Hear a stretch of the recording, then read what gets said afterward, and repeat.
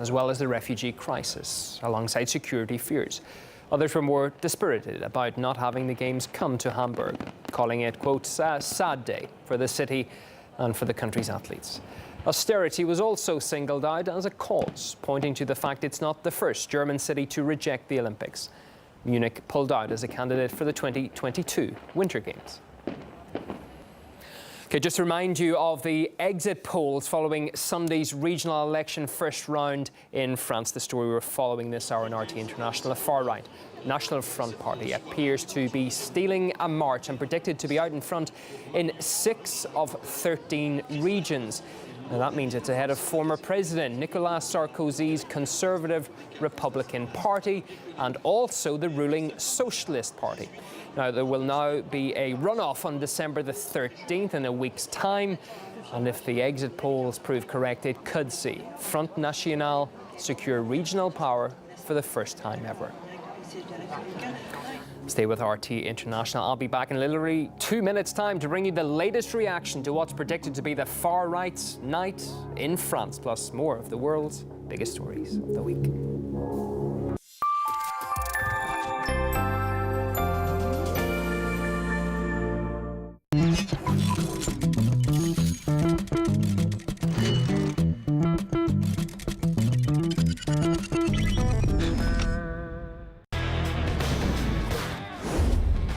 Most people think to stand out in this business, you need to be the first one on top of the story or the person with the loudest voice or the biggest ratings. In truth, to stand out in the news business, you just need to ask the right questions and demand the right answers.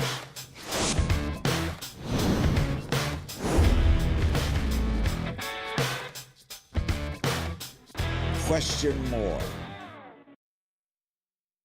So the world could be basically finished off in anywhere from a half hour to an hour upon the arrival of these warheads. People who think about these things generally expect, nobody really knows what to expect, but if you had a massive exchange, most nuclear warheads would be delivered in a very short time.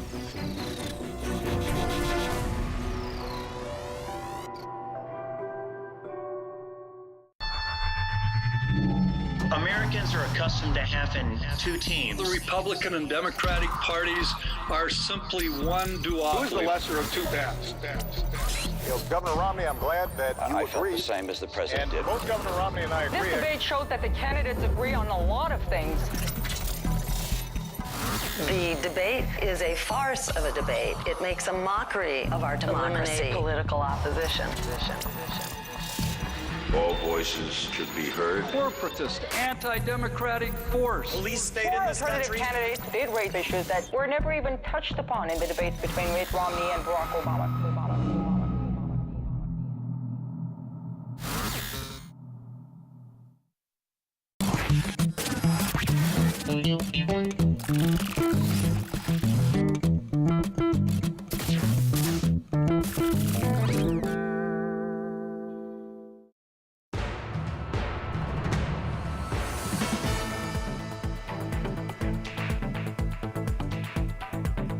Our breaking news this hour. Exit polls in France's regional ballots put the far right out in front in the first electoral test since November's terrorism in Paris. And among the stories which shaped the week, Russia releases evidence of ISIL's vast oil smuggling into Turkey, accusing its leadership of involvement in shady dealings with the terror group. Also, slaughter at a Christmas party in California. It sees a husband and wife kill 14, with Islamic State putting its name behind the atrocity.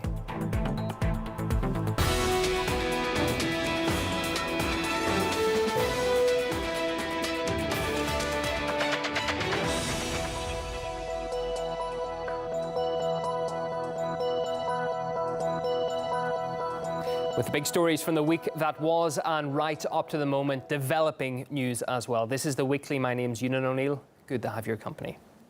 We start off with breaking news from the first round of France's regional elections, where exit polls show the far-right Front National party leading in 6 out of 13 regions. Marine Le Pen's party is estimated to be on course to secure 30% of the total vote in the initial estimates. No actual results, we have to stress, has been declared as yet, but within the past hour or so, Le Pen addressed cheering supporters at party headquarters.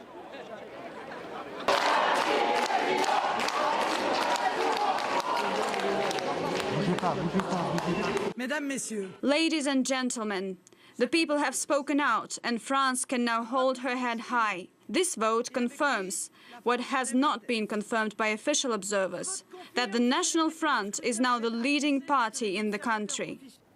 Well, the estimated, 29.5%, 30% of the vote that the Front National is expected to get is a sharp improvement on previous results.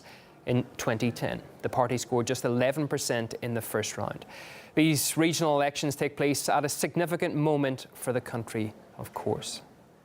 Well, many believe voters have been turning towards Front National in the wake of the Paris massacre some 3 weeks ago. And the current refugee crisis in Europe is having a powerful impact on public opinion. Success in the regional elections is a key step on the road to the presidential race, which will occur in some 18 months' time.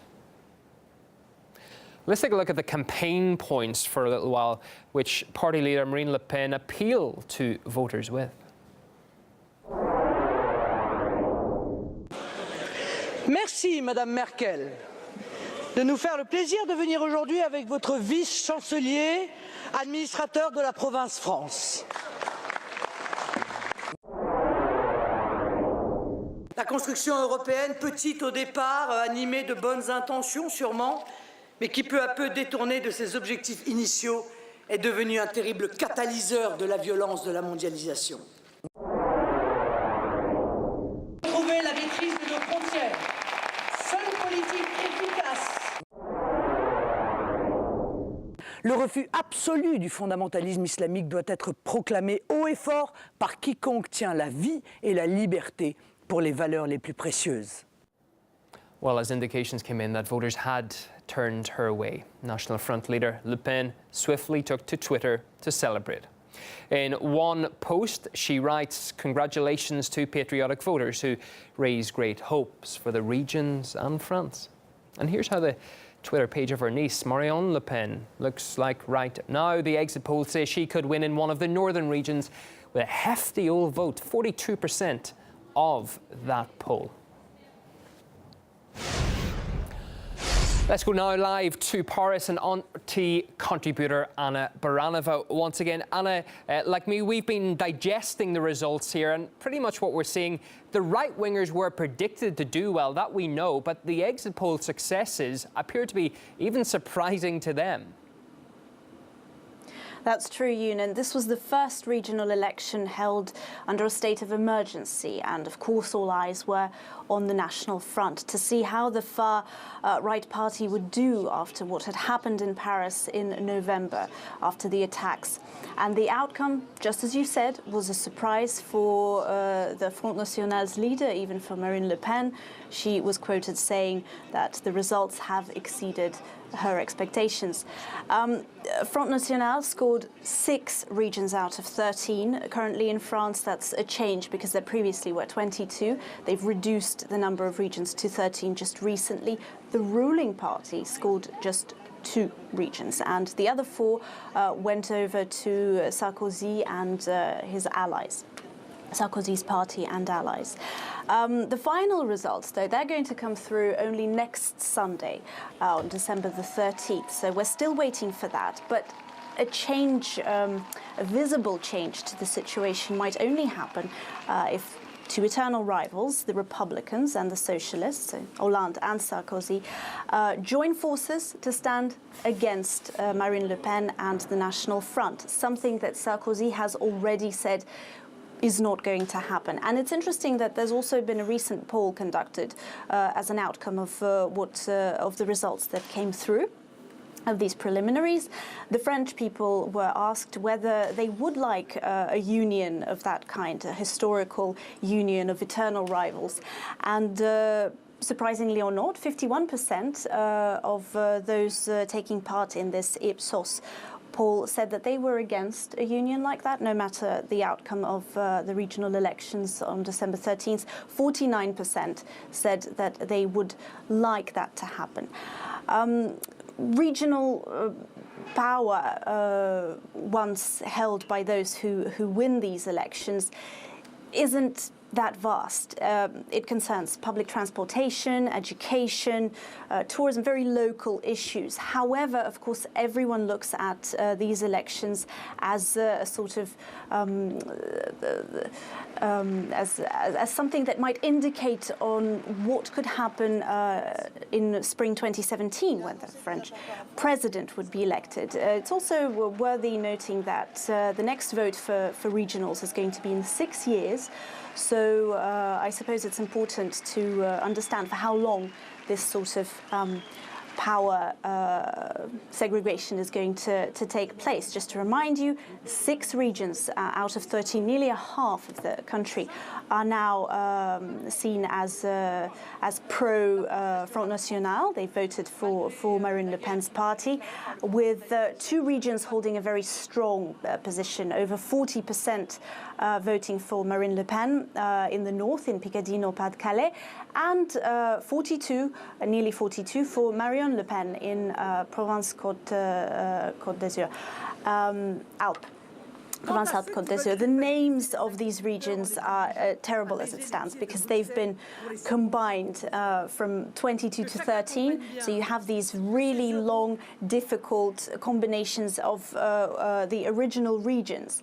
That's something that's going to change once power sets in, because that's a decision to be made to give these regions, these 13 regions of France, proper names. In certain cases, it's quite obvious. For example, northern Normandy and southern Normandy combined together created Normandy, but then you have very long and different names like Languedoc-Roussillon, Midi-Pyrénées, or Alsace-Champagne, Ardennes-Lorraine, etc. A bit of a problem for journalists reporting on the issue as it stands.